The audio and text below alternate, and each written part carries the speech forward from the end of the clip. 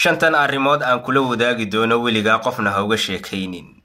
Haba ahaado qofka nolosha kuugu dhow, saaxiib iyo familiga qaybihiisa kala ha ahaado. Weligaa noloshaada qof kale ha la sheergaraynin, ha uga sheekaynin, ha la wadaagin.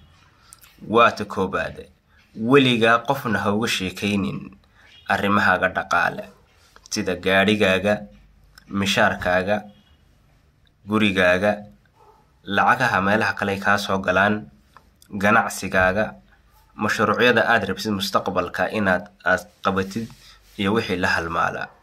Isla sidoo kale familkaaga adiga xaaskaaga isku dhawaashadiina, kalgacalka niga dhaxeeya sida uu qurux badan yahay xiriirkiinu, adiga ubadkaagu sida horumar u sameynayaan iyo wixii la halmaala.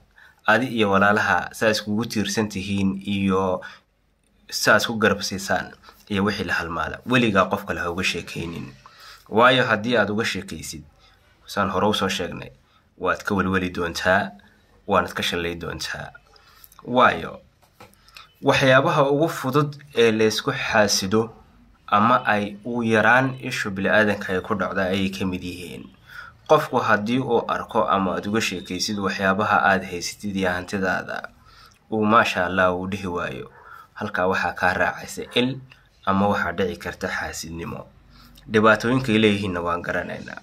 Haddaba dadka maanta sida TikTok ama social media ku jira waxay iskugu faanaan ama ay istusaan meelaha ay seexdaan, guryaha ay seexdaan, qolka hurdada, dharka ay xidhaan, qaabku u dhisan yahay guriga ay degan yihiin, telefoonka ay sitaan, baasaboorka ay sitaan iyo wixii la mid ah.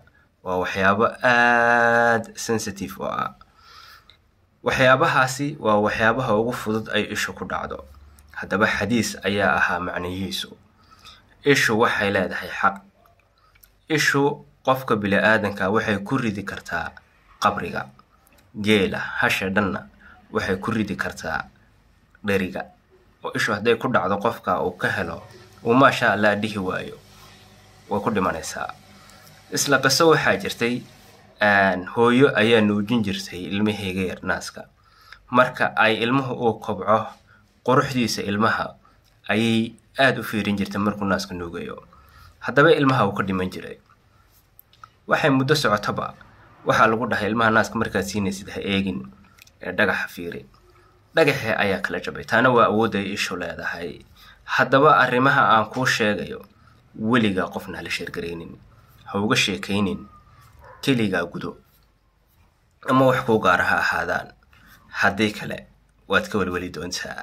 Samankan maantana waxaad aragtaa dad sito telefoon lacagtiisu uu yahay $40,000, $30,000 iyo wixii la halmaala, kadibna dadka tusaya oo ku xaraboonaya. Taasina waa waxyaabaha la isku xasdo. Waa waxyaabaha maanta dawana loo laayahay. Qof bila hurda, qof stress ku dhacay, qof madaxu xanuunayo, qof jirku xanuunayo, doctoradiina ay leeyihiin waxba ma qabtid. Waxaayo dhan waa calaamadaha isha. Is ilaaliya hantidiinana gaar hani ahaato. TikTok inuu nigaga waalin xiriirkiina iyo reerkiina iyo soo qurux badan yahay isha bini'aadanka ayaa dhex gali karta haddayna maasha Allah dhihin. Wassalaamu calaykum waraxmatullaahi wabarakaatuh.